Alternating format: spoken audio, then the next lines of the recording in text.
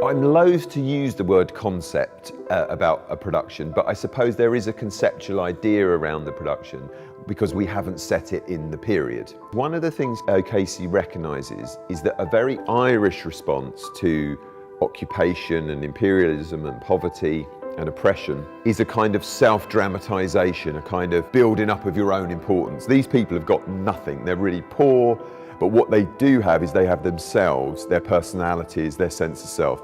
So what's interesting in the play, for example, is the number of times people talk about themselves in the third person. They will say, the covey, fluter, they have a sense of themselves.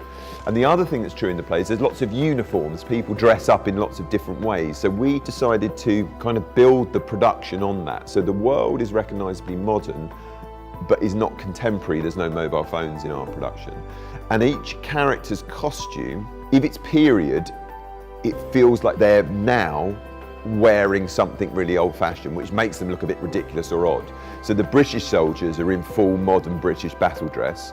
The Irish Citizens' Army, partly to show their lack of resources, are in the original 1916 slouch cap and green uniform. And if you start to look in that way, everything that's on stage has meaning. So for example, Fluter in the original play, when he loots a pub, comes in with a big sort of ceramic jar of whiskey. That wouldn't have any meaning to us now. So in ours, he comes in with 2 plastic bags full of beer cans, which split and break, and he drinks and so on, and then he carries on drinking through the rest of the play. Or the covey, who in the original comes on with a massive sack of flour on his back, in our production comes on with a washing machine on his back. So the audience go, I understand, that's a really valuable item he's looted, but it's also ridiculous because it's far too heavy.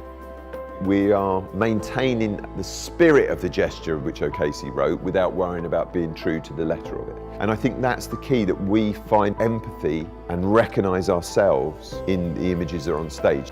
The conceptual frame of the show is a way then that you recognise action or behaviour as something that's been presented by the production. We're not trying to pretend. So there's a lot of audience address. They speak to the audience a lot, and that changes the relationship between what's happening on stage.